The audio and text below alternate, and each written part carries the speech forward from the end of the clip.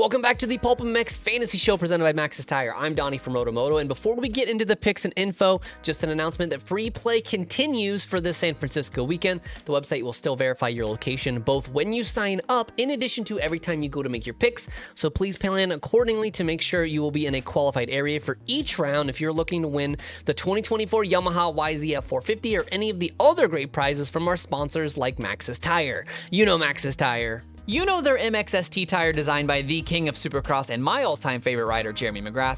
It is the newest and most advanced tire on the Maxxis MX lineup, featuring an all-new tread pattern, compound, and composition to provide the stability, predictability, and traction that the upper tiers of motocross demand. Available at your local retailer and also at motosport.com. Let's take a look at the ins and outs for San Fran. Despite gnarly get-offs for Thrasher and Norton, they will both be lining up without issues this weekend. Unfortunately, Lux Turner and Dylan Walsh, two great fantasy assets in the 250 class, will be out for the foreseeable future, and after his eventful weekend in Anaheim that ended with him walking down the tunnel in the first lap, still no word about Vince Friese's condition after that collision with Dean, but rumor has it as a shoulder injury, so I would keep him off of your early team. Alright, on to the picks. As always, I have three guys to target, one to avoid and a high handicap guy for you gamblers out there. We will get up to the weather later on, but heads up, this one has a high likelihood of being a mutter, so plan accordingly. Starting with your 250 All-Star, it's hard to look past Hampshire. Rick comes into San Fran round finishing first or second in 8 of his last 10 Supercross main events,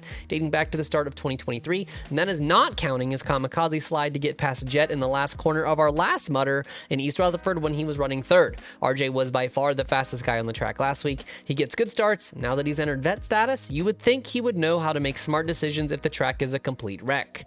The guy I do not want you to pick this weekend is a guy I actually liked in Anaheim, and that's Nate Thrasher. At a -1, he just does not have the value that I'm looking for. In addition, I have a soft rule of not picking guys that got carted off last weekend, coupled with not picking any negative handicaps in the mud, something to keep in mind in the 450 class as well. If you are brave enough to gamble with Nate, I don't think you'll get punished, as he is still a top 5 guy talent-wise in this class, but unless he's on the podium, his handicap will be similar next week, and he's so many points down, it's very unlikely that he ends up an all-star for San Diego. 450 side with mud in mind, I'm looking at Justin Barcia. A 5 handicap gives us the leeway to make mistakes, but remember that few people are as good in the slop as Bam Bam. The 51 gets great starts regardless of condition, and that is what gives him the edge over AP for me this weekend in the slop.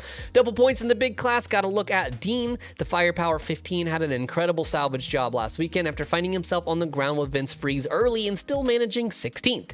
A 6 handicap gives him a big fat safety net when he is assuredly better here, not to mention that dream ride he had back in 2019 where he hole shot and led the majority of the mutter in Anaheim.